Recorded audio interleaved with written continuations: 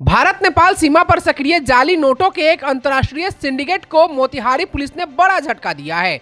हरिया थाना police, SSB और स्पेशल टीम की संयुक्त कार्रवाई में पुलिस ने 25 लाख रुपए के नकली नेपाली नोट और 18,500 रुपए के नकली भारतीय नोट के साथ 10 शातिर तस्करों को गिरफ्तार किया है। जांच में खुलासा हुआ कि यह गिरोह सिर्फ जाली नोटों की तस्करी ही नहीं करता था, बल्कि अत्याधुनिक मशीनों और खास केमिकल की मदद से खुद नकली नोट छापने का काम भी कर रहा था। रक्सौल के एसडीपीओ मनीष आनंद ने बताया कि सीमावर्ती इलाकों में जाली नोटों की बड़ी खेप खपाने की गुप्त सूचना मिलने के बाद यह कार्रवाई की गई। छापेमारी के दौरान पहले 2 और फिर 8 लोगों को गिरफ्तार किया गया। पुलिस ने नकली नोट छापने की मशीन, स्पेशल इंक और केमिकल, 3 बाइक, एक 4 पहिया वाहन और बड़ी मात्रा में अन्य सामग्री भी बरामद की है। पुलिस के अनुसार यह गिरोह हाई क्वालिटी प्रिंटिंग के जरिए ऐसे नोट तैयार करता था जिन्हें भीड़ भाड़ वाले बाजारों और ग्रामीण इलाकों में खपाने की योजना थी, ताकि सुरक्षा एजेंसियों की नजर से बचा जा सके। बरामद 25 लाख रुपए के नकली नेपाली नोटों का इस्तेमाल नेपाल के सीमावर्ती इलाकों में आर्थिक अस्थिरता फैलाने के लिए किया जाना था। फिलहाल गिरफ्तार सभी 10 तस्करों से कड़ी पूछताछ की जा रही है और पुलिस गिरोह के फॉरवर्ड और बैकवर्ड लिंकेज की गहराई से जांच कर रही है। रक्सौल के एसडीपीओ मनीष आनंद ने इस संबंध में विस्तृत जानकारी दी। आप भी सुनिए उन्होंने क्या कुछ कहा। हरिया थाना अंतर्गत पुलिस को गुप्त सूचना मिली थी। रक्सौल के रास्ते नेपाल के कुछ व्यक्ति जो फेक करेंसी के मामले में डील करने वाले हैं और उसको रिसीव करने वाले हैं। इस संबंध में त्वरित कार्रवाई करते हुए एक टीम बनाकर हम लोगों ने विभिन्न रास्तों पर चेकिंग किया, जिसमें एक मोटरसाइकिल पर 2 नेपाली व्यक्तियों को पकड़ा गया तथा उनके पास से 18.5 हज़ार का इंडियन करेंसी फेक मिला। उक्त संबंध में अग्रतर पूछताछ करने पर इनके द्वारा एक बड़े नेटवर्क का पूरा सूचना दिया गया, जिसमें हम लोग अग्रतर मेजरगंज सीतामढ़ी में रेड करके अन्य 8 लोगों को भी पकड़ा गया है।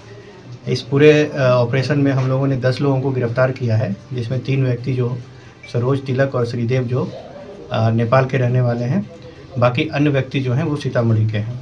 इस पूरे ऑपरेशन में लगभग 25 लाख फेक करेंसी जो नेपाली करेंसी है वो पकड़ा गया है। 18.5 हज़ार इंडियन करेंसी फेक है वो पकड़ा गया है। 22 बंडल जो ये वाइट पेपर है जिसके थ्रू ये प्रिंटिंग करके लोगों को ये मतलब ठगी का शिकार बनाते हैं, और वो प्रिंटिंग वाली पेपर पकड़ी गई है। 3 मोटरसाइकिल है और एक 4 चक्का गाड़ी को पकड़ा गया है।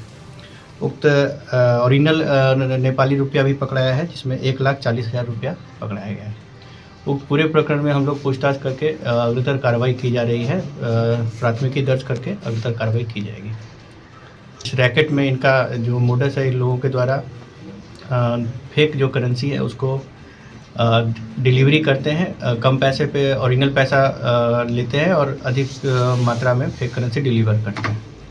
कुछ केमिकल्स भी बरामद हुआ है जिनके थ्रू ये ब्लफ करते हैं, लोगों को ये ठगी का शिकार बनाते हैं कि इन केमिकल्स से बनाया जाता है। इसमें अन्य जो भी लोग शामिल हैं इसमें पूछताछ करके प्राथमिकी दर्ज की जा रही है। सर, नेपाल में चुनाव, इस बात से इनकार नहीं किया जा सकता है, चुनाव में इनका प्रभाव इसका उपयोग किया जा सकता था, क्योंकि आगामी चुनाव नेपाल में अभी नज़दीक ही है, तो इन सब का इस्तेमाल किया जाने का कोई मतलब डिनाई नहीं किया जा सकता इस बात से। जो हमारा रक्सौल वाला रूट है इसको इस्तेमाल किया जा रहा है, पर ये जो प्रिंटिंग और ये इन लोगों का जो एक ऑफिस है वो मेजरगंज में ही हम लोगों ने इसी के लीड पे वहाँ पे छापामारी की और ये पूरा जो बरामदगी हुई है। पूर्वी चंपारण के ढाका नगर परिषद कार्यालय में स्वच्छ सर्वेक्षण 2025-26 को लेकर स्वच्छता साथियों के लिए 1 दिवसीय कार्यशाला का सफल आयोजन किया गया। यह कार्यशाला स्वच्छ सर्वेक्षण 2025-26 के टूल किट के अंतर्गत आयोजित की गई, जिसका मुख्य उद्देश्य नगर परिषद क्षेत्र में कार्यरत स्वच्छता साथियों को सर्वेक्षण से जुड़े प्रमुख बिंदुओं, मूल्यांकन मानकों और कार्य क्षेत्रों की विस्तृत जानकारी प्रदान करना रहा, ताकि ढाका नगर परिषद इस बार बेहतर प्रदर्शन करते हुए उत्कृष्ट रैंकिंग प्राप्त कर सके। इस कार्यशाला की अध्यक्षता स्वच्छता पदाधिकारी मनीष कुमार ने की, जबकि एफएसएमसी के प्रशिक्षक सुबलाल ने स्वच्छ सर्वेक्षण 2025-26 के टूल किट के विभिन्न पहलुओं पर विस्तार पूर्वक प्रशिक्षण दिया। प्रशिक्षण के दौरान उन्होंने ठोस एवं तरल अपशिष्ट प्रबंधन, स्वच्छता व्यवस्था को सुदृढ़ करने, जन भागीदारी को बढ़ावा देने, फील्ड स्तर पर प्रभावी कार्य निष्पादन तथा आवश्यक दस्तावेजीकरण जैसे महत्वपूर्ण विषयों पर विस्तार से प्रकाश डाला। साथ ही यह भी बताया कि सर्वेक्षण के दौरान किन बिंदुओं पर विशेष ध्यान देना आवश्यक है। इस प्रशिक्षण कार्यक्रम में एफएसएमसी के प्रोजेक्ट ऑफिसर कमलेश कुमार के साथ साथ स्वच्छता साथी अखिलेश कुमार, मोहम्मद साजिद, हृदय, पंकज, सोनू, मोतिउर रहमान, राम परवेश, सफीउल्लाह, नरगिस एवं संगीता कुमारी ने सक्रिय रूप से भाग लिया।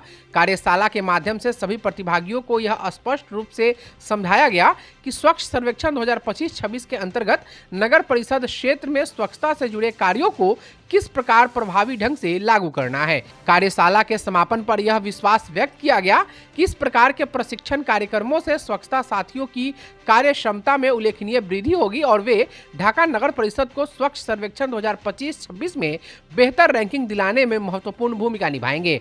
नगर परिषद द्वारा आयोजित यह कार्यशाला स्वच्छ, सुंदर और स्वस्थ ढाका की दिशा में एक सराहनीय पहल मानी जा रही है।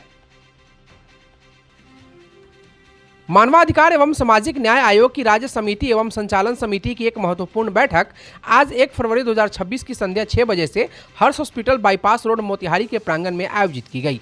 बैठक की अध्यक्षता आयोग के अध्यक्ष जेपी श्रीवास्तव ने की, जिसमें संचालन समिति के कुल 13 सदस्यों ने भाग लेकर संगठन से जुड़े विभिन्न सामाजिक एवं प्रशासनिक विषयों पर गंभीरता से चर्चा की। बैठक के दौरान संजय कुमार श्रीवास्तव, मुरारी पांडे, राकेश कुमार सिन्हा, अजय कुमार, डॉक्टर रजनीश, अरुण कुमार, रामाकांत पांडे, रूपेश कुमार सिंह सहित अन्य सदस्यों ने अपने अपने विचार रखते हुए संगठन की भावी योजनाओं पर प्रकाश डाला। सभी सदस्यों ने संगठन की गतिविधियों को और प्रभावशाली बनाने के लिए एक स्मारिका प्रकाशित करने तथा आम जन के हित में एक निःशुल्क मेडिकल कैंप आयोजित करने का प्रस्ताव सर्वसहमति से रखा। इसके साथ ही बैठक में जिलाधिकारी से मुलाकात कर उन्हें राष्ट्रपति द्वारा सम्मानित किए जाने के उपलक्ष्य में मानवाधिकार एवं सामाजिक न्याय आयोग की ओर से सम्मानित करने का निर्णय लिया गया। वहीं 9 पदस्थापित सिविल सर्जन से मिलकर उनका औपचारिक स्वागत किए जाने का भी प्रस्ताव पारित किया गया।